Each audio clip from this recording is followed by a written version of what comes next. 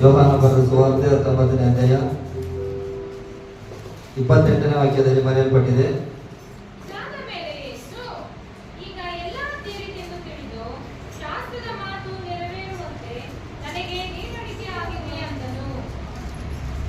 ನೋಡಿ 28ನೇ ವಾಕ್ಯದ ಅಕ್ಕ ಅವರು ಓದಿದ್ದಾರೆ. ಇದಾದ ಮೇಲೆ ಯೇಸು, ಈಗ ಎಲ್ಲ ತಿಳಿದೆಂದು ತಿಳಿದು ಶಾಸ್ತ್ರದ ಮಾತು ನೆರವೇರುವಂತೆ ನನಗೆ ನೀರಡಿಕೆ ಆಗಿದೆ ಅಂದನು. ಈ ವಾಕ್ಯವನ್ನು ದೇವರು ಕಲ್ವಾರಿ ಶಿಲುಬೆಯ ಮೇಲೆ ಇಂದ ಹೇಳ್ತಾ ಇದ್ದಾರೆ.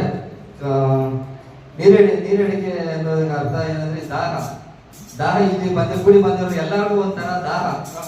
ಒಬ್ಬೊಬ್ರಿಗೆ ಒಂದೊಂಥರ ನಾವು ಒಬ್ಬರಿಗೆ ವಾಕ್ಯ ಕೇಳ್ಬೇಕು ಅನ್ನೋದು ಒಂದು ದಾಹ, ಒಬ್ಬರಿಗೆ ಚೆನ್ನಾಗಿ ಪ್ರಾರ್ಥನೆ ಮಾಡ್ಬೇಕು ಅನ್ನೋದು ಅದೊಂದು ದಾಹ, ಒಬ್ಬರಿಗೆ ದೂರದಿಂದ ಸುಳಿಗೆ ಬರ್ತಾ ಇದ್ದಾರೆ. ಅವರು ದಾಹ ಇರೋದು ಸಭೆಯಲ್ಲಿ ದಾಹ ಇರೋದ್ರಿಂದಾನೆ ಅವ್ರು ಅಲ್ಲಿಂದ ಬರೋದು ವಾರ. ಇಲ್ಲಾಂದ್ರೆ ಅವ್ರು ಬರ್ತಾ ಇದ್ದಿಲ್ಲ. ಇಲ್ಲಿಂದ ಇಲ್ಲಿರೋರೇ ಬರ್ತಾ ಇಲ್ಲ. ಅವರು ದಾಹ ಇರೋದ್ರಿಂದ ದೂರದಿಂದ ಬರ್ತಾ ಇದ್ದಾರೆ. ಅಪ್ಪ ಒಂದು ದಾಹ, ವಾರ ಊಟ ಹಾಕ್ಬೇಕು ಸಭೆಯಲ್ಲಿರೋರಿಗೆ, ಎಲ್ರೂ ಹಸಿವಿನಿಂದ ಹೋಗ್ಬಾರದು ಅಂತ. ಅದೇ ರೀತಿಯಲ್ಲಿ ಇವಾಗ ವಾಕ್ಯದ ಕಡೆ ಹೋಗೋಣ. ಈ ಕಲ್ವಾರಿ ಶಿಲುಬೆಯಲ್ಲಿ ದೇವರು ಮಾತಾಡಿದಂತ ಮಾತು ನೀರಡಿಕೆ ಆಗಿದೆ ಎಂಬುದು ಯಾಕೆ ನೀರಡಿಕೆ ಆಯ್ತು ಅಂದ್ರೆ, ಸಮಯ ಇವಾಗ ನೀವು ಬೆಳಗ್ಗೆಯಿಂದ ಕೂತಿದ್ದೀರಾ, ನೀವು ಬೆಳಗ್ಗೆ ಸುಮ್ಮನೆ ಕೂತಿರೋರಿಗೆ ನೀರು ದಾಹ ಆಗ್ತಾ ಇದೆ, ನೀರು ಕುಡಿಬೇಕಂತ ಅನಿಸ್ತಾ ಇದೆ ಈಗ ಗಂಜಿ ಕುಡಿಬೇಕು, ಮಜ್ಜಿಗೆ ಕುಡಿಬೇಕು, ನೀರು ಕುಡಿಬೇಕಂತ ಅನಿಸ್ತಾ ಇದೆ. ನೋಡೋದಂದ್ರೆ ನಾವು ಮುಂಜಾನೆಯಿಂದ ದೇವರನ್ನ ಶಿಲುಬೆಯನ್ನು ಹೊತ್ಕೊಂಡು ಗೋಲ್ಗತ ಗುಡ್ಡದ ಕಡೆ ಬಂದಿದ್ದಾರೆ. ಅವ್ರಿಗೆ ಬಿಸಿಲು ಬೇರೆ ಇರ್ತೈತೆ, ನೀರು ದಾಹ ಆಗಿರುತ್ತೆ. ಅದಕ್ಕೆ ಮುಂಚೆ ದೇವರನ್ನ ಚಾಟಿ ಕೊರಡೆಗಳಿಂದ ಹೊಡೆದಿರ್ತಾರೆ. ಎಷ್ಟೇಟು ಹೊಡೆದ್ರು? 39 ಯಾಕೆ ಹೊಡೆದ್ರು? ಅದಕ್ಕಿಂತ ಹೆಚ್ಚು ಹೊಡೆದಿರಲ್ವಾ? ಕರೆಕ್ಟ್. ನೋಡಪ್ಪ ಅವ್ರು ಹೇಳ್ತಾ ಇದ್ದಾರೆ, ಯೆಹೂದ ಧರ್ಮಶಾಸ್ತ್ರದಲ್ಲಿ 39 48ಗಿಂತ ಹೆಚ್ಚು ಹೊಡೆಯಬಾರದು ಯಾರಾದ್ರೂ ಶಿಕ್ಷೆ ಮಾಡಿದ್ರೆ. ಅದನ್ನ ವಾಕ್ಯ ನೋಡೋಣ. ಧರ್ಮೋಪದೇಶ ಕಂಡ 25ನೇ ಅಧ್ಯಾಯ ತೆಗೆದುಕೊಂಡ್ರಿ.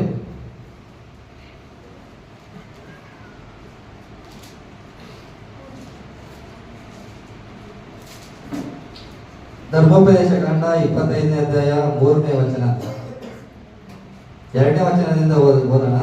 ಅಪರಾಧಿಗೆ ಪೆಟ್ಟಿನ ಶಿಕ್ಷೆ ತೀರ್ಮಾನವಾದರೆ ನ್ಯಾಯಾಧಿಪತಿಯು ಅವನನ್ನು ಮಲಗಿಸಿ ಅವನ ಅಪರಾಧಕ್ಕೆ ಅನುಸಾರವಾಗಿ ಪೆಟ್ಟುಗಳನ್ನು ತನ್ನ ಮುಂದೆಯೇ ಹೊಡೆಸಿ ಲೆಕ್ಕಿಸಬೇಕು.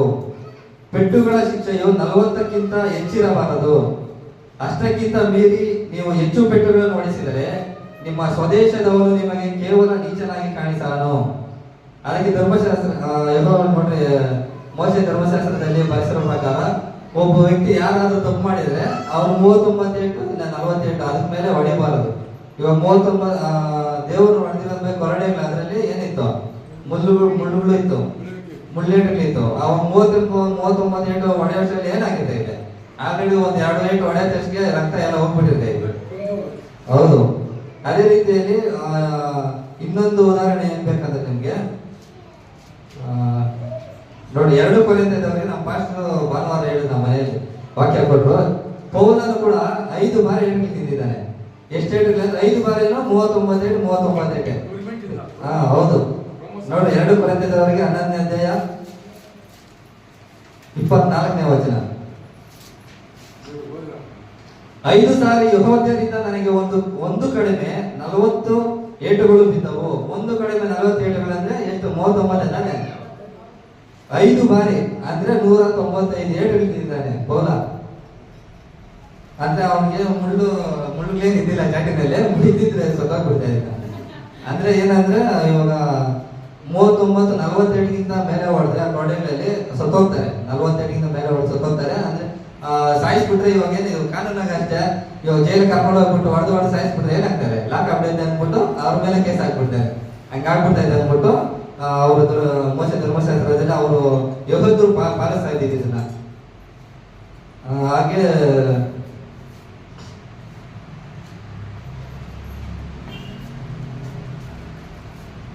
ಐದು ಸಾರಿ ಯೆಹೂದ್ಯರಿಂದ ನನಗೆ ಒಂದು ಕಡೆಯಿಂದ 40 ಏಟುಗಳು ಬಿದ್ದವು. 3 ಸಾರಿ ಸರ್ಕಾರದವರು ಚಡಿಗಳಿಂದ ನನ್ನ ಹೊಡೆಸಿದರು. 1 ಸಾರಿ ಜನರು ನನ್ನನ್ನು ಕೊಲ್ಲುವುದಕ್ಕೆ ಕಲ್ಲೆಸೆದರು.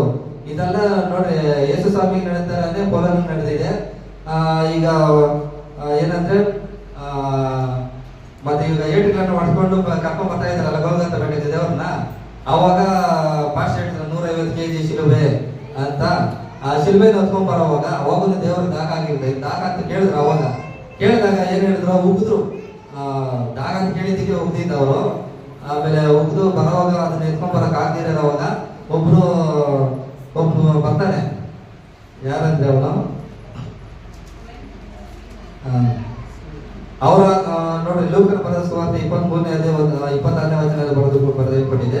ಅವರ ಆತನ ತೆಗೆದುಕೊಂಡು ಹೋಗುತ್ತಿರುವಾಗ ಹೊಲದಿಂದ ಬರುತ್ತಿದ್ದ ಯಾರೋ ಅವನು ಹೊಲ ಹತ್ರವಾಗಿ ಬರ್ತಾ ಇದ್ದ. ಯಾರಂದ್ರೆ ಅವನು ಸೀಮೋನ. ಅವರು ಆತನನ್ನು ತೆಗೆದುಕೊಂಡು ಹೋಗುತ್ತಿರುವಾಗ ಹೊಲದಿಂದ ಬರುತ್ತಿದ್ದ ಕುರೇನ ಪಟ್ಟಣದ ಸೀಮೋನನೆಂಬುವನನ್ನು ಹಿಡಿದು ಶಿಲುಬೆಯನ್ನು ಅವನ ಮೇಲೆ ಇಟ್ಟು ಯೇಸುವಿನ ಹಿಂದೆ ಹೊತ್ತುಕೊಂಡು ಬರುವ ಹಾಗೆ ಮಾಡಿದರು. ಹೊತ್ಕೊಂಡು ಬರುವಾಗ ಯೇಸು ಸ್ವಾಮಿ ಕೈಯಲ್ಲಿ ಎತ್ಕೊಂಡ್ ಬರೋಕೆ ಆಗೋದಿಲ್ಲ. ಅವ್ರು ಬಿದ್ದು ಹೋಗ್ತಾ ಇರ್ತಾರೆ. ಅವಾಗ ಏನ್ ಮಾಡ್ತಾರೆ ಅಂದ್ರೆ ಹೊಲದ ಕಡೆಯಿಂದ ಸೀಮೋನನೆಂಬುವನು ಬರ್ತಾ ಇರ್ತಾನೆ. ಅವನಾಗೆ ಪೊಲೀಸರು ರಪ್ಪ ಹಿಡಿದು ಎತ್ಕೊಂಡು ನಡಿ ಅಂದ್ಬಿಟ್ಟು ಅವನ ಮೇಲೆ ಹಾಕ್ಬಿಡ್ತಾರೆ ಅಲ್ಲ. ಹಂಗೆ ನಡೆದಿರುತ್ತೆ ತಾನೆ. ಹೌದು, ಹಂಗೆ ಆಗಿರ್ತೈತೆ. ಅವನು ಹೊತ್ಕೊಂಡು ಆಮೇಲೆ ಗೋಲ್ಗೊಥ ಬೆಟ್ಟದ ಕಡೆ ಹೋಗ್ತಾರೆ. ಹಂಗೆ ಇವಾಗ ವಾಕ್ಯದ ಕಡೆ ಹೋಗೋಣ. ಹಂಗೆ ಒಂದು ಯೋಹಾನ ಬರೆದ ಸುವಾರ್ತೆ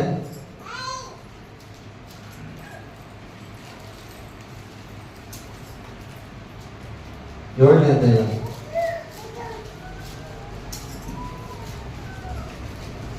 ಅಧ್ಯಾಯ 37ನೇ ವಾಕ್ಯ.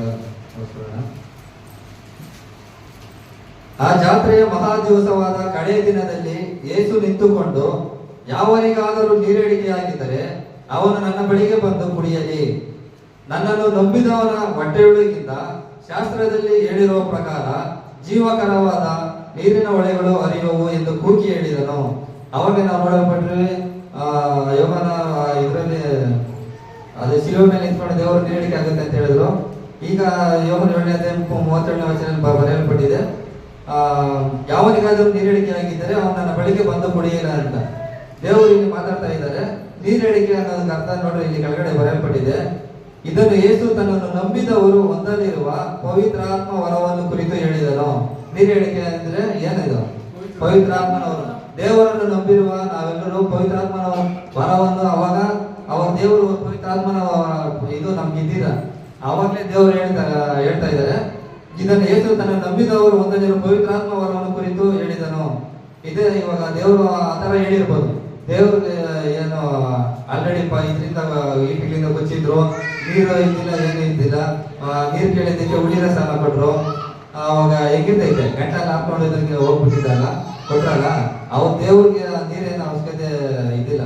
ದೇವ್ರು ಹೇಳ್ತಾ ಇರೋದು, ನಮಗೋಸ್ಕರ ದೇವ್ರು ಏನ್ ಬಂದ್ರು, ಅವ್ರು ಎಲ್ರೂ ರಕ್ಷಣೆ ಹೊಂದ್ಕೊಳ್ಬೇಕು, ಎಲ್ಲ ಮನಸ್ಸಾಂತರ ಹೊಂದ್ಕೊಳ್ಬೇಕು ಅಂತ ಮನಮೊರಗಿ ನಮ್ಮ ಮೇಲೆ ಬಂದ್ರಲ್ವಾ. ಅದೇ ರೀತಿ ಹೇಳ್ತಾ ಇದ್ದಾರೆ ನೋಡ್ರಿ, ಪವಿತ್ರಾತ್ಮ ನಿಮ್ಮ ನೀರಡಿಕೆ ದೇವರಿಗೆ ಪವಿತ್ರಾತ್ಮ ನಮ್ಗೆ ತಿಳಿಸ್ಕೊಟ್ರು ಅಂತ. ಆಮೇಲೆ ಇದೇ ರೀತಿಯಲ್ಲಿ 7ನೇ ಅಧ್ಯಾಯ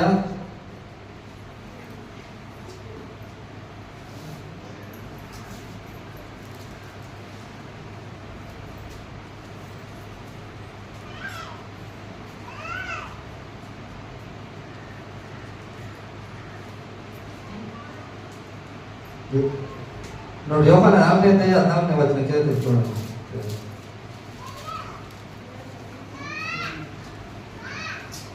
ನಾನು ಕೊಡುವ ನೀರನ್ನು ಕುಡಿದವನಿಗೆ ಎಂದಿಗೂ ನೀರಡಿಕೆಯಾಗುವುದಿಲ್ಲ. ನಾನು ಅವನಿಗೆ ಕೊಡುವ ನೀರು ಅವನಲ್ಲಿ ಉಕ್ಕುವ ಹೊರತೆಯಾಗಿದ್ದು ನಿತ್ಯ ಜೀವವನ್ನು ಉಂಟು ಮಾಡುವುದು ಎಂದು ಹೇಳಿದನು. ನೋಡಿ, ಯೋಹಾನ ಬರೆದ ಸುವಾರ್ತೆ 4ನೇ ಅಧ್ಯಾಯ 14ನೇ ವಾಕ್ಯದಲ್ಲಿ ಬರೆಯಲ್ಪಟ್ಟಿದೆ, ನಾನು ಕೊಡುವ ನೀರನ್ನು ಕುಡಿದವನಿಗೆ ಎಂದಿಗೂ ನೀರಡಿಕೆ ಆಗುವುದಿಲ್ಲ. ನಾನು ಅವನಿಗೆ ಕೊಡುವ ನೀರು ಅವನಲ್ಲಿ ಉಕ್ಕುವ ಹೊರತೆಯಾಗಿದ್ದು ನಿತ್ಯ ಜೀವವನ್ನು ಉಂಟು ಮಾಡುವುದು ಎಂದು ಹೇಳಿದನು. ಈ ಸಂದರ್ಭ ಬಂದು ನೋಡೋದಾದ್ರೆ, 1ನೇ ವಾಕ್ಯದಿಂದ ನೋಡೋದಾದ್ರೆ, ಯೇಸು ಯೋಹಾನನಿಗಿಂತ ಹೆಚ್ಚು ಶಿಷ್ಯರನ್ನು ಮಾಡಿಕೊಂಡು ಅವರಿಗೆ ದೀಕ್ಷಾ ಸ್ನಾನ ಮಾಡಿಸುತ್ತಾನೆಂಬ ಸುದ್ದಿಯನ್ನು ಫರಿಸಾಯರು ಕೇಳಿದರು ಎಂದು ಕರ್ತನಿಗೆ ತಿಳಿದಾಗ ಆತನು ಯೂದಾಯವನ್ನು ಬಿಟ್ಟು ಗಲಿಲಾಯಕ್ಕೆ ತಿರುಗಿ ಹೋದನು. ಈ ತರ ದೇವರು ಎಲ್ಲರಿಗೂ ದೀಕ್ಷಾ ಸ್ನಾನ ಮಾಡಿಸ್ತಾ ಇದ್ದಾನೆ ಶಿಷ್ಯರ ಕೈಲಿಂದ ಅಂತ ತಿಳಿದು ಫರಿಸಾಯರಿಗೆ ಗೊತ್ತಾಗಿದೆ ಅಂತ ತಿಳಿದ ಮೇಲೆ ದೇವರು ಯೂದಾಯದಿಂದ ಗಲಿಲಾಯಕ್ಕೆ ಹೋಗುವ ದಾರಿನಲ್ಲಿ ಒಂದು ಊರು ಸಿಗ್ತಾ ಇದ್ದ ಅವರಿಗೆ. ಯೂದಾಯವನ್ನು ಬಿಟ್ಟು ಗಲಿಲಾಯಕ್ಕೆ ತಿರುಗಿ ಹೋದನು. ಆದರೂ ಸ್ನಾನ ಮಾಡಿಸುತ್ತಿದ್ದರು. ಯೇಸುವಲ್ಲ ಆತನ ಶಿಷ್ಯರ ಮಾಡಿಸುತ್ತಿದ್ದರು. ಆತನ ಸಮಾರ್ಯ ಸೀಮೆಯನ್ನು ಹಾದು ಹೋಗಬೇಕಾಗಿತ್ತು. ಇವಾಗ ನಾವು ಮಾಸ್ತಿಗೆ ಬರ್ಬೇಕಂದ್ರೆ ಕುಪ್ಪೂರಿಂದ ದಾಟೆ ಬರಬೇಕು. ಹಂಗೆ ಅವರು ಇದರಿಂದ ಗಲಿಲಾಯಕ್ಕೆ ಹೋಗ್ಬೇಕಂದ್ರೆ, ಯೂದಾಯದಿಂದ ಗಲಿಲಾಯಕ್ಕೆ ಹೋಗ್ಬೇಕಾದ್ರೆ ಅವರು ಇದನ್ನ ಸಮಾರ್ಯ ಸೀಮೆಯನ್ನು ಹಾದು ಹೋಗ್ಬೇಕಾಯ್ತು. ಹೋಗುವಾಗ ಸಮಾರ್ಯ ಸೀಮೆಗೆ ಸೇರಿದ ಸುಕೇರೆಂಬ ಊರಿಗೆ ಬಂದನು. ಅದು ಯಾಕೋಬನು ತನ್ನ ಮಗನಾದ ಯೋಸೇಫನಿಗೆ ಕೊಟ್ಟನು. ಅಮ್ಮ ಅವರು ಹೇಳಿದಾಗ ಅವಾಗ ಯಾಕೋಬ ಅಂದ್ರೆ ಮೋಸಗಾರನು ಅಂತ. ಆದ್ರೆ ಯಾಕೋಬನು ಎಲ್ಲೆಲ್ಲ ಬಾವಿ ಹಾಕ್ಸಿದ್ನ ಅಲ್ಲೆಲ್ಲ ದೇವರು ನೀರ್ ಸಿಕ್ತ ಅವ್ರಿಗೆ. ಅವರು ಬೇರೆಯವರು ಹಾಕ್ಸೋವಾಗ ನೀರ್ ಸಿಗ್ತಾ ಇದ್ದಿಲ್ಲ, ಇವ್ರು ಎಲ್ಲ ಮರುಭೂಮಿ ನೀರ್ ಸಿಗ್ತಾ ಇತ್ತು, ಎಲ್ಲ ಕಡೆ ನೀರ್ ಸಿಗ್ತಾ ಇತ್ತು. ಅದು ಯೋಸೇಫನಿಗೆ ಅಂತ ಯಾಕೋಬನ ಹಾಕ್ಸಿರುವ ಬಾವಿ ಹತ್ರ ನೋಡ್ರಿ ಕೂತ್ಕೊಂಡಿದ್ದಾನೆ. ಸಮಾರ್ಯ ಸೀಮೆಗೆ ಹೋಗ್ಬೇಕು. ಹೋಗುವಾಗ ಸಮಾರ್ಯ ಸೀಮೆ ಸೇರಿದ ಸುಕೇರೆಂಬ ಊರಿಗೆ ಬಂದನು. ಯೋಸೇಫನಿಗೆ ಕೊಟ್ಟ ಭೂಮಿ ಹತ್ತಿರದಲ್ಲಿತ್ತು. ಅಲ್ಲಿ ಯಾಕೋಬನು ತೆಗೆಸಿದ ಬಾವಿ ಇತ್ತು. ಯೇಸು ದಾರಿ ನಡೆದು ಆ ಬಾವಿಯ ಬಳಿಯಲ್ಲಿ ಹಾಗೆ ಕೂತುಕೊಂಡನು. ಹೆಚ್ಚು ಕಡಿಮೆ ಮಧ್ಯಾಹ್ನವಾಗಿತ್ತು. ಆತನ ಶಿಷ್ಯರು ಊಟಕ್ಕೆ ಬೇಕಾದದನ್ನು ಕೊಂಡುಕೊಳ್ಳುವುದಕ್ಕಾಗಿ ಊರೊಳಗೆ ಹೋಗಿರಲು ಸಮಾರ್ಯದವಳಾದ ಒಬ್ಬ ಹೆಂಗಸು ನೀರು ಸೇದುವುದಕ್ಕೆ ಬಂದಳು. ಸಮಾರ್ಯ ಸೀಮೆಗೆ ದೇವರು ಬಾವಿ ಹತ್ರ ಕುತ್ಕೊಂಡಿದ್ದಾಗ ಶಿಷ್ಯನ ಕಳಿಸ ಊಟಕ್ಕೆ ಏನಾದ್ರು ಸಿಕ್ಕಿದ್ರೆ ಊರೊಳಗೆ ತಗೊಂಬಂದ್ರೆ ಅಂತ ಎಲ್ಲಿಗೆ ಹೋಗ್ತಾರೆ? ಸಮಾರ್ಯ ಸೀಮೆಗೆ ಹೋಗ್ತಾರಲ್ವಾ. ಅವಾಗ ಒಬ್ಬ ಹೆಂಗಸು ನೀರು ಸೇದೋದಕ್ಕೆ ಬರ್ತಾಳೆ ಬಾವಿ ಹತ್ರ. ನೀರು ಸೇರೋದಕ್ಕೆ ಬಂದಳು. ಯೇಸು ಆಕೆಯನ್ನು ಅಮ್ಮ ನೀರು ಕುಡಿಯುವುದಕ್ಕೆ ಕೊಡು ಎಂದು ಕೇಳಿದನು. ದೇವರ ಅಮ್ಮನ ಏನ್ ಮಾಡ್ತಾನೆ? ನೀರು ಕೇಳಿದ ದಾಹವಾಗಿದ್ದಂತೆ ಅದಕ್ಕೆ ನೀರು ಕೇಳ್ತಾನೆ. ಯಹೂದ್ಯರಿಗೆ ಸಮಾರ್ಯರಿಗೂ ಬಳಕಿಲ್ಲ. ಯಹೂದ್ಯರಿಗೂ ಸಮಯರಿಗೂ ಒಂದು ಸಂಬಂಧ ಇಲ್ಲ. ಅವ್ರಿಗೆ ಆಗಲ್ಲ. ಇವಾಗ ಏನ್ ಹೇಳ್ತಾರೆ, ನಾವು ಇವಾಗ ಒಂದು ಕಾಲದಲ್ಲಿ ಇವಾಗ ಬೇರೆ ಬೇರೆ ಜನಾಂಗದವರು ಬಾವಿಗೆ ಹತ್ರ ನಾವು ಹೋಗಿ ನೀರು ತೆಗಿಯಕ್ ಆಗ್ತಾ ಇದ್ದಿಲ್ಲ. ಇವಾಗ ಕಡಿಮೆ ಕೀಳು ಜನಾಂಗದವ್ರು ಹೋಗಿ ಅಲ್ಲಿ ಹೋಗಿ ತೆಗಿಯೋದು ಹೆಂಗೆ ಅಂದ್ಬಿಟ್ಟು ಅವ್ರು ಏನ್ ಹೇಳ್ತಾ ಇದ್ರು, ಹೇಳ್ತಾ ಇದ್ರು, ಗ್ಲಾಸ್ಗಳೆಲ್ಲ ನೀರು ಕೊಡ್ತಾ ಇರಲಿಲ್ಲ ನಮಗೆ. ಆ ಥರ ಅವಾಗ ಸಂಬಂಧ ಇದ್ದಿಲ್ಲ. ಆತನ ಯೆಹೂದ್ಯನ ನೀನು ಸಮಾರ್ಯದವಳಾದ ನನ್ನನ್ನು ನೀರು ಬೇಡುವುದು ಹೇಗೆ ಎಂದು ಹೇಳಿದರು. ಅದಕ್ಕೆ ಯೇಸು, ದೇವರು ಕೊಡುವ ವರವೇನೆಂಬುದು ಕುಡಿಯುವುದಕ್ಕೆ ನೀರು ಕೊಡು ಎಂದು ನಿನಗೆ ಹೇಳಿದವನು ಯಾರೆಂಬುದು ನಿನಗೆ ತಿಳಿದಿದ್ದರೆ ನೀನು ಅವನನ್ನು ಬೇಡಿಕೊಳ್ಳುತ್ತಿದ್ದಿ, ಅವನು ನಿನಗೆ ಜೀವಕರವಾದ ನೀರನ್ನು ಕೊಡುತ್ತಿದ್ದನು ಅಂದನು. ಅದ್ ನೋಡ್ರಿ, ದೇವ್ರು ಹೇಳ್ತಾ ಇದ್ದಾನೆ, ಅವನಿಗೆ ಏನ್ ಗೊತ್ತು ಬಂದಿರೋ ದೇವರು ಏನಂತ ಏನ್ ಗೊತ್ತಿಲ್ಲ ಅಲ್ವಾ. ಅದಕ್ಕೆ ಹೇಳ್ತಾ ಇದ್ದೇವರು, ಬಂದಿರೋದು ನಿನ್ ಮುಂದೆ ಇರೋದು ಯಾರಂತ ಗೊತ್ತಿದ್ರೆ ನೀನು ಈ ತರ ಕೇಳ್ತಾ ಇದ್ದಿಲ್ಲ ಅಂತ ಹೇಳ್ತಾ ಇದ್ದಾರೆ ದೇವರು. ನೀರು ಕೊಡುವ ನಿನಗೆ ಹೇಳಿದವನು ಯಾರೆಂಬುದು ನಿನಗೆ ತಿಳಿದರೆ ನೀನು ಅವನನ್ನು ಬೇಡಿಕೊಳ್ಳುತ್ತಿದ್ದಿ, ಅವನು ನಿನಗೆ ಜೀವಕರವಾದ ನೀರನ್ನು ಕೊಡುತ್ತಿದ್ದನು. ಆ ಜೀವಕರವಾದ ನೀರು ಏನೆಂಬುದು ನಾವು ಮೊದಲೇ ವಾಕ್ಯದಲ್ಲಿ ನೋಡಿದ್ದೀವಿ. ಪವಿತ್ರಾತ್ಮನ ವರಗಳು. ಆ ಪವಿತ್ರಾತ್ಮನ ವರಗಳನ್ನು ನಾವು ಹೊಂದಿಕೊಂಡಿದ್ರೆ ಜೀವವುಳ್ಳ ಬುದ್ಧಿಗಳು ನಮ್ಮಲ್ಲಿ ಹರಿಯುತ್ತವೆ. ನೋಡ್ರಿ, ಬೇಗ ಹಂಗೆ ನೋಡ್ರಿ, ಕೆಳಗಡೆ ನೋಡ್ರಿ, ಅಲ್ಲಿ ಇದೆ ಬೇಡಿಕೊಳ್ಳುತ್ತಿದ್ದೀಯ, ಅವನು ನಿನಗೆ ಜೀವಕರವಾದ ನೀರನ್ನು ಕೊಡುತ್ತಿದ್ದನು ಅಂದನು. ಆ ಹೆಂಗಸು ಆತನಿಗೆ, ಅಯ್ಯ, ಸೇದುವುದಕ್ಕೆ ನಿನ್ನಲ್ಲಿ ಏನೂ ಇಲ್ಲ, ಬಾವಿ ಆಳವಾಗಿದೆ. ಹೀಗಿರುವಾಗ ಆ ಜೀವಕರವಾದ ನೀರು ನಿನಗೆ ಎಲ್ಲಿಂದ ಬಂತು? ಅಯ್ಯಮ್ಮನಿಗೆ ಅರ್ಥ ಆಗಿಲ್ಲ ದೇವ್ರು ಹೇಳಿದ್ದು. ಜೀವಕರವಾದ ನೀರು ಕೊಡ್ತೀನಿ ಅಂತ ಹೇಳಿದ್ರೆ ಏನು ಎಲ್ಲಿಂದ ಕೊಡ್ತೀಯ? ನಿನ್ನ ಹತ್ರ ಇವಾಗ ನನ್ನೇ ನೀರು ಕೇಳ್ತಾ ಇದೆಯಾ ನೀನು? ನಿನ್ನ ಹತ್ರ ಸೇದಕ್ಕೆ ಏನಿಲ್ಲ, ಏನು ನನಗೆ ಕೊಡ್ತೀಯಾ ಅಂತ ಕೇಳ್ತಾ ಇದ್ದಾರೆ. ನಮ್ಮ ಹಿರಿಯನಾದ ಯಾಕೋಬನಿಗಿಂತ ನೀನು ದೊಡ್ಡವನು ಅಂತ ಹೇಳಿ ಆ ಬಾವಿಗಳನ್ನ ಹಂಚಿದ್ದ ಅವನೇ ಅಲ್ಲ. ಅವಾಗ ದೊಡ್ಡ ಶ್ರೀಮಂತ ಅವನು ನಮ್ಮ ಹಿರಿಯನಾದ ಯಾಕೋಬನಿಗೆ ನೀನು ದೊಡ್ಡವನು ದೇವರೇ ಕೇಳ್ತಾ ಇದ್ದಾರೆ. ಈ ಬಾವಿಯನ್ನು ನಮಗೆ ಕೊಟ್ಟವನು ಅವನು, ಅವನ ಮಕ್ಕಳು, ಅವನು ಸಾಕಿದೆಲ್ಲವೂ ಸಹಿತವಾಗಿದೆ. ಇದೇ ಬಾವಿಯ ನೀರು ಕುಡಿದರು ಅನ್ನಲು ಯೇಸು ಆಕೆಗೆ, ಈ ನೀರನ್ನು ಕುಡಿಯುವವರೆಲ್ಲರಿಗೆ ತಿರುಗಿ ನೀರಡಿಕೆಯಾಗುವುದು. ಇವಾಗ ಒಂದು ವೇಳೆ ದೇವರಿಗೆ ನೀರು ಕೊಟ್ಟಿದ್ರೆ ಅಷ್ಟೊತ್ತು ಗಂಟೆ ತಿರ್ಗಾ ನೀರು ದಾನ ಆಗ್ತಾ ಇದ್ದಾನೆ. ನಮಗೂ ಅಷ್ಟೇ ಬೆಳಗ್ಗೆಯಿಂದ ಒಂದಷ್ಟು ಸರಿ ನೀರು ಕೊಡ್ತಿರ್ತೀವಿ, ದಾನ ಆಗ್ತಾನೆ ಇದೆ. ಆದ್ರೆ ದೇವರು ಕೊಡುವ ನೀರನ್ನು ಪವಿತ್ರಾತ್ಮನ ವರಗಳನ್ನು, ಅಭಿಷೇಕವನ್ನು ನಾವು ಅನ್ನಭಾಷೆಗಳು, ಪ್ರವಾದನೆಗಳು, ಎಲ್ಲ ಆತ್ಮನ ವರಗಳಿಂದ ನಾವು ತುಂಬಿ ಇರೋದ್ರೆ ನಾವ್ ಎಲ್ಲಿ ಹೋದ್ರೆ ನಮ್ಗೆ ಭಯ ಅನ್ನೋದಿಲ್ಲ. ಇವಾಗ ಎಲ್ಲೋದ್ರಿಂದ ವಾಕ್ಯ ಕೊಡ್ಬೋದು, ಎಲ್ಲೋದ್ರು ಪ್ರಾರ್ಥನೆ ಮಾಡೋದಕ್ಕಾಗ್ಲಿ ಧೈರ್ಯದಿಂದ ನಾವು ಇರ್ಬೋದು. ಅದೇ ದೇವರು ಹೇಳ್ತಾ ಇದ್ದಾನೆ, ನಾನು ಕೊಡುವ ನೀರನ್ನು ಕುಡಿದವನು ಎಂದಿಗೂ ನೀರಡಿಕೆ ಆಗುವುದಿಲ್ಲ. ನಾನು ಅವನಿಗೆ ಕೊಡುವ ನೀರು ಅವನಲ್ಲಿ ಉಕ್ಕುವ ಹೊರತೆಯಾಗಿದ್ದು ನಿತ್ಯ ಜೀವವನ್ನು ಉಂಟು ಮಾಡುವುದು. ಇವೆಲ್ಲ ನಮ್ಮಲ್ಲಿ ಆತ್ಮನ ವರಗಳಿಂದ ನಾವು ತುಂಬಿಸಲ್ಪಟ್ಟಿದ್ರೆ ನಮಗೆ ನಿತ್ಯ ಜೀವ ಉಂಟಾಗ್ತಾ ಇದೆ. ಯಾಕಂದ್ರೆ ನಾವು ಎಲ್ಲ ಆತ್ಮನ ಹೊರಗಳಿಂದ ನಾವು ಇದ್ರೆ ನಾವು ಯಾವುದೇ ಪಾಪ ಮಾಡಕ್ ಆಗೋದಿಲ್ಲ. ದೇವ್ರ ಚಿತ್ತ ಏನೇನು ತಿಳ್ಕೊಂಡು ಅದ್ರ ಪ್ರಕಾರ ನಡೀತಿರಲ್ಲ. ಅದಕ್ಕೆ ನಮ್ಗೆ ನಿತ್ಯ ಜೀವವನ್ನು ಉಂಟು ಮಾಡ್ತದೆ ಅಂತ ಹೇಳಿದ್ರು. ಅಯ್ಯ ನನಗೆ ಈ ನೀರನ್ನು ಕೊಟ್ಟರೆ ಇನ್ನು ಮೇಲೆ ನನಗೆ ನೀರಡಿಕೆ ಆಗಲಿಕ್ಕಿಲ್ಲ, ನೀರು ಸೇದುವುದಕ್ಕಷ್ಟೇ ಇಷ್ಟು ದೂರ ಬೆರಬೇಕಾದದ್ದು ಇರುವುದಿಲ್ಲ ಅನ್ನಲು ಯೇಸು ಅವಳಿಗೆ ಇದೆಲ್ಲ ಬೇಡ ಬಿಡುತ್ತೆ ನಮಗೆ. ಇದಕ್ಕೆ ಹಿಂಗೆ ಮಾಡೋಣ 37 ಅದ ಹಿಂಗೆ.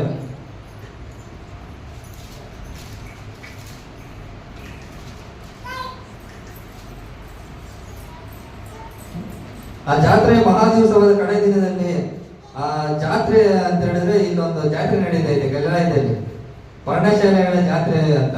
ಪರ್ಣಶಾಲೆಗಳ ಜಾತ್ರೆ ಅಂದ್ರೆ, ಪರ್ಣಶಾಲೆ ಅಂದ್ರೆ ಎಲೆಗಳು ಹುಲ್ಲಿನಿಂದ ಮಾಡಿರೋದು ಗುಡಿಸಲುಗಳು ಇರೋದನ್ನ ಪರ್ಣಶಾಲೆಗಳು ಅಂತ ಕರೀತಾರೆ. ಅಲ್ಲಿ ಒಂದು ಜಾತ್ರೆ ನಡೀತಾ ಇದೆ. ಆ ಜಾತ್ರೆ ಕಡೆಯ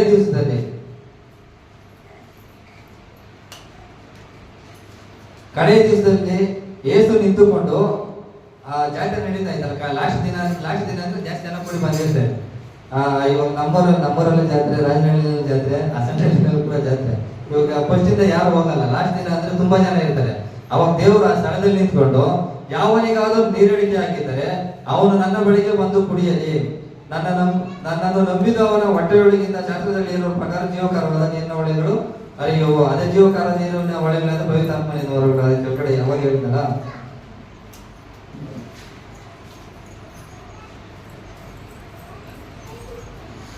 ಇದೆಲ್ಲ ದೇವರು ಆತ ನೀರಡಿಕೆ ಬಗ್ಗೆ ಹೇಳ್ತಾ ಇದ್ದಲ್ಲ ಜಾತ್ರೆಯಲ್ಲಿ. ಅವಾಗ ಕೆಲವರು ನೋಡ್ರಿ ಅಲ್ಲಿ ಇರೋರಲ್ಲಿ ಹೇಳ್ತಾರೆ, ಜನರಲ್ಲಿ ಕೆಲವರು ಆ ಮಾತುಗಳನ್ನು ಕೇಳಿ ನಿಜವಾಗಿ ಈತನು ಬರಬೇಕಾದ ಪ್ರವಾದಿ ಅಂದರು. ಮತ್ತು ಕೆಲವರು ಇಲ್ಲಿ ದೇವರು ಮಾತಾಡುವಾಗ ಕೆಲವರು ಬಂದಿರ್ತಾರೆ, ಅಲ್ಲಿ ದೇವ್ರು ಇಟ್ಕೊಂಡು ಹೋಗೋದಕ್ಕ ಏನಾದ್ರು ತಪ್ಪು ಹೇಳ್ತಾನೆ ಇಟ್ಕೊಂಡು ಹೋಗ್ಬಿಡೋಣ ಅಂತ ಬಂದಿರ್ತಾರೆ. ಬಂದಿದ್ರೆ ಕೂಡ ದೇವರು ಮಾತುಗಳನ್ನು ಕೇಳಿ ಅವರು ನಿಜವಾಗಿ ಈತನು ಬರಬೇಕಾದ ಪ್ರವಾದಿ ಅಂದರು. ಮತ್ತು ಕೆಲವರು ಈತನು ಬರಬೇಕಾದ ಕ್ರಿಸ್ತನು ಅಂದರು. ಇನ್ನು ಕೆಲವರು ಕ್ರಿಸ್ತನು ಗಲಿಲಾಯದಿಂದ ಬರುವುದು ಹೇಗೆ, ದಾವೀದಿನ ಸಂತಾನದಿಂದಲೂ ದಾವೀದನು ಇದ್ದ ಬೆತ್ಲೆಹೇಮ ಗ್ರಾಮದಿಂದಲೂ ಕ್ರಿಸ್ತನು ಬರುವನು ಎಂಬುದಾಗಿ ಈ ಶಾಸ್ತ್ರದಲ್ಲಿ ಉಂಟಲ್ಲವೇ ಎಂದು ಹೇಳಿದರು. ಹೀಗೆ ಜನರಲ್ಲಿ ಆತನ ಕುರಿತು ಭೇದ ಉಂಟಾಯಿತು. ಅವರಲ್ಲಿ ಕೆಲವರು ಆತನನ್ನು ಹಿಡಿಯಬೇಕೆಂದಿದ್ದರು, ಒಬ್ಬರು ಆತನ ಮೇಲೆ ಕೈ ಹಾಕಲಿಲ್ಲ. ಆತನ ಮಾತಾಡೋ ಮಾತುಗಳನ್ನು ನೋಡಿ ಯಾರಿಗೂ ಅದನ್ನ ಹಿಡಿಯುವಂತ ಧೈರ್ಯ ಬಂದಿಲ್ಲ, ಸುಮ್ಮನೆ ಹೊರಟೋಗ್ತಾರೆ. ಹಾಗೆ ಇನ್ನೊಂದು ವಾಕ್ಯ ನೋಡ್ಕೊಳ್ಳೋಣ.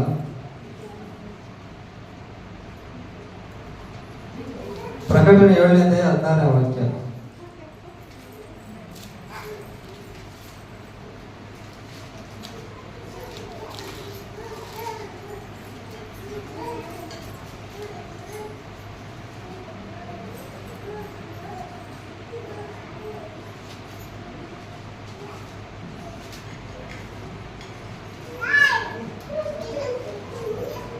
ಇನ್ನು ನೋಡ್ರಿ, ಪ್ರಕಟಣೆ 7:16 ವಾಕ್ಯ. ಇನ್ನು ಮೇಲೆ ಅವರಿಗೆ ಹಸಿವೆ ಇಲ್ಲ, ಬಾಯಾರಿಕೆ ಇಲ್ಲ, ಅವರಿಗೆ ಬಿಸಿಲಾದರೂ ಯಾವ ಜಲವಾದರೂ ಪಡೆಯುವುದಿಲ್ಲ. ನೋಡ್ರಿ, ಇವಾಗ ನೀರಡಿಕೆ ಮತ್ತು ಪವಿತ್ರಾತ್ಮ ಹೊರಗಡೆಯಿಂದ ನಾವು ತುಂಬಲ್ಪಟ್ಟಿದ್ರೆ ಅವ್ರಿಗೆ ಹಸಿವು ಆಗೋದಿಲ್ಲ, ಬಾಯಾರಿಕೆ ಇಲ್ಲ, ಬಿಸಿಲಾದರೂ ಜಲವಾದರೂ ಅವ್ರಿಗೆ ಪಡೆಯುವುದಿಲ್ಲ ಅಂತ ದೇವರ ವಾಕ್ಯದಲ್ಲಿ ಬರೆಯಲ್ಪಟ್ಟಿದೆ ಪ್ರಿಯರೇ. ಅದೇ ರೀತಿಯಲ್ಲಿ ಯೆಶಾಯ ಪ್ರವಾದನ ಗ್ರಂಥ 49ನೇ ಅಧ್ಯಾಯ 10ನೇ ವಾಕ್ಯವನ್ನು ಓದ್ಕೊಳ್ಳೋಣ.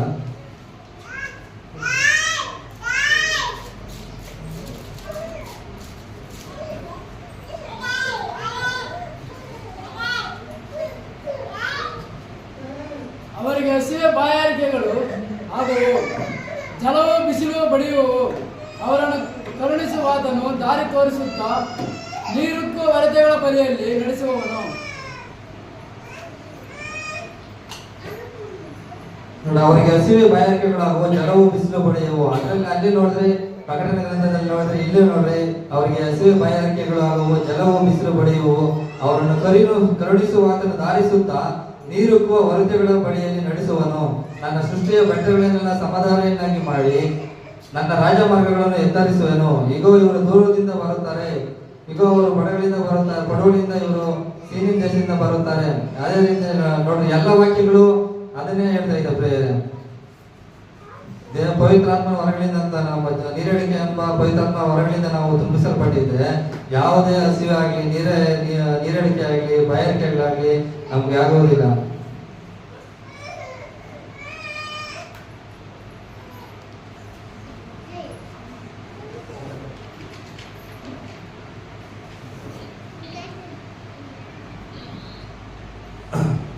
ಇನ್ನೊಂದು ವಾಕ್ಯವನ್ನು ನೋಡಿಕೊಂಡು ನಾವು ಮುಗಿಸೋಣ. ಮತ್ತಾಯನ ಬರೆದ ಸುವಾರ್ತೆ 25ನೇ ಅಧ್ಯಾಯ 35ನೇ ವಚನದಲ್ಲಿ, ನಾನು ಹಸಿದಿದ್ದೇನೋ ನನಗೆ ಊಟಕ್ಕೆ ಕೊಟ್ಟಿರಿ, ನಾನು ಬಾಯಾರಿದ್ದೇನೋ ನನಗೆ ಕುಡಿಯುವುದಕ್ಕೆ ಕೊಟ್ಟಿರಿ, ಪರದೇಶಿಯನಾಗಿದ್ದೇನೋ ನನ್ನನ್ನು ಸೇರಿಸಿಕೊಂಡಿರಿ, ಬಟ್ಟೆ ಇಲ್ಲದವನಾಗಿದ್ದೇನೋ ನನಗೆ ಉಡುವುದಕ್ಕೆ ಕೊಟ್ಟಿರಿ, ರೋಗದಲ್ಲಿ ಬಿದ್ದಿದ್ದೇನೋ ನನ್ನನ್ನು ಆರೈಕೆ ಮಾಡುವುದಕ್ಕೆ ಬಂದಿರಿ, ಸೆರೆಮನೆಯಲ್ಲಿ ಇದ್ದೇನೋ ನನ್ನನ್ನು ನೋಡುವುದಕ್ಕೆ ಬಂದಿರಿ ಎಂದು ಹೇಳುವನು. ಅದಕ್ಕೆ ನೀತಿವಂತರು ನೋಡಿ 35ನೇ ಅಧ್ಯಾಯದಲ್ಲಿ ಬರೆಯಲ್ಪಟ್ಟಿದೆ, ನಾನು ಹಸಿದಿದ್ದೇನೋ ನನಗೆ ಊಟಕ್ಕೆ ಕೊಟ್ಟಿರಿ, ನಾನು ಬಾಯಲ್ಲಿದ್ದೇನೋ ನನಗೆ ಕುಡಿಯೋದಕ್ಕೆ ನೀರು ಕೊಟ್ಟಿರಿ. ಇವೆಲ್ಲ ಹೇಳುವಾಗ ಅಲ್ಲಿರೋ ಕೆಲವರು ಹೇಳ್ತಾರೆ ನೀತಿವಂತರಂತೆ. ಅದಕ್ಕೆ ನೀತಿವಂತರು, ಸ್ವಾಮಿ, ಯಾವಾಗ ನೀನು ಹಸಿದಿದ್ದನ್ನು ಕಂಡು ನಿನಗೆ ಊಟಕ್ಕೆ ಕೊಟ್ಟೆವು, ಇಲ್ಲವೇ ನೀನು ಬಾಯಲ್ಲಿದ್ದನ್ನು ಕಂಡು ಕುಡಿಯುವುದಕ್ಕೆ ಕೊಟ್ಟೆವು, ಯಾವಾಗ ನೀನು ಪರದೇಶಿಯಾಗಿರುವುದನ್ನು ಕಂಡು ಸೇರಿಸಿಕೊಂಡೆವು, ಇಲ್ಲವೇ ನಿನಗೆ ಬಟ್ಟೆ ಇಲ್ಲದನ್ನು ಕಂಡು ಉಳುವುದಕ್ಕೆ ಕೊಟ್ಟೆವು, ಯಾವಾಗ ನೀನು ರೋಗದಲ್ಲಿ ಬಿದ್ದಿದ್ದನ್ನು ಅಥವಾ ಸೆರೆಮನೆಯಲ್ಲಿ ಇದ್ದದನ್ನು ಕಂಡು ನಿನ್ನನ್ನು ನೋಡುವುದಕ್ಕೆ ಬಂದೆವು ಎಂದು ಉತ್ತರವಾಗಿ ಹೇಳುವರು. ದೇವರು ಇದೆಲ್ಲ ಹೇಳ್ತಾರಲ್ವಾ, ನಾನು ಹಸಿವೆಯಾಗಿದ್ದನೋ ಊಟ ಕೊಟ್ರಿ, ನೀನು ದಾಹದಿಂದ ನೀರು ಕೊಟ್ರಿ ಅಂತ ಹೇಳುವಾಗ ಅಲ್ಲಿರೋ ಕೆಲವರು ನೀತಿವಂತರು ಹೇಳ್ತಾರಂತೆ, ನಾವ್ ಯಾವಾಗ ಮಾಡಿದ್ವಿ ಸ್ವಾಮಿ, ನಾವೇ ನೀರು ಕೊಟ್ರಿ, ಯಾವಾಗ ಬಟ್ಟೆ ಕೊಟ್ರಿ ಅಂತ ಹೇಳುವಾಗ ದೇವ್ರು ಹೇಳ್ತಾರೆ ನೋಡ್ರಿ, ಅದಕ್ಕೆ ಅರಸನು, ಈ ನನ್ನ ಸಹೋದರರಲ್ಲಿ ಕೇವಲ ಅಲ್ಪನಾದವನೊಬ್ಬನಿಗೆ ಏನೇನು ಮಾಡಿದಿರೋ ಅದನ್ನು ನನಗೂ ಮಾಡಿದ ಹಾಗಾಯಿತು ಎಂದು ನಿಮಗೆ ಸತ್ಯವಾಗಿ ಹೇಳುತ್ತೇನೆ ಅನ್ನುವನು. ನೋಡಿ ದೇವ್ರು ಹೇಳ್ತಾ ಇದ್ದೇನೆ, ಇದೆಲ್ಲ ದೇವ್ರು ಕೊಟ್ಟಿಲ್ಲ.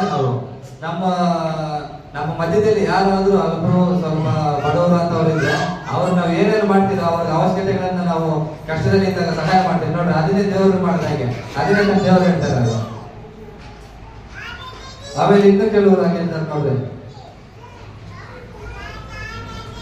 ಆಮೇಲೆ ಆತನು ಎಡೆಗಡೆಯಲ್ಲಿರುವವರಿಗೆ ಶಾಪಗ್ರಸ್ತರೇ, ನನ್ನನ್ನು ಬಿಟ್ಟು ಪಿಶಾಚನಿಗೂ ಅವನ ದೂತರಿಗೂ ಸಿದ್ಧ ಮಾಡಿರುವ ನಿತ್ಯ ಬೆಂಕಿಯೊಳಕ್ಕೆ ಹೋಗಿರಿ.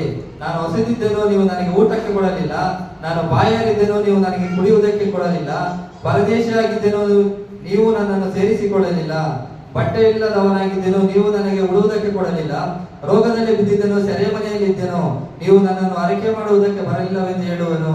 ಅದಕ್ಕೆ ಅವರು ಸಹ, ಸ್ವಾಮಿ, ಯಾವಾಗ ಅವರು ಸಹ ಹಂಗೆ ಹೇಳ್ತಾರೆ, ನಾವೇ ಯಾವಾಗ ಹೇಳಿದೆ ಸ್ವಾಮಿ, ಆಗ ನಾವೇ ಕೊಡ್ಲಿಲ್ಲ ನಿಮ್ಗೆ, ನಾವೇ ಯಾವಾಗ ನೀರು ಕೊಡಲಿಲ್ಲ ಅಂತೆಲ್ಲ ಹೇಳ್ತಾರೆ.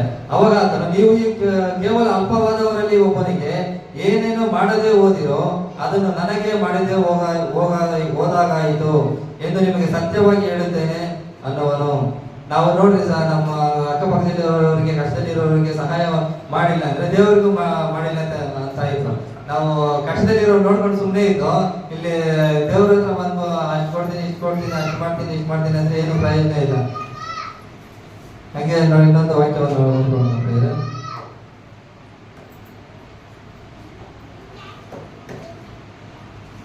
ಮತ್ತಾಯನ ಬರೆದ ಸುವಾರ್ತೆ 27ನೇ ಅಧ್ಯಾಯ 48ನೇ ವಾಕ್ಯದಲ್ಲಿ ಕೂಡ ಬರೆಯಲ್ಪಟ್ಟಿದೆ.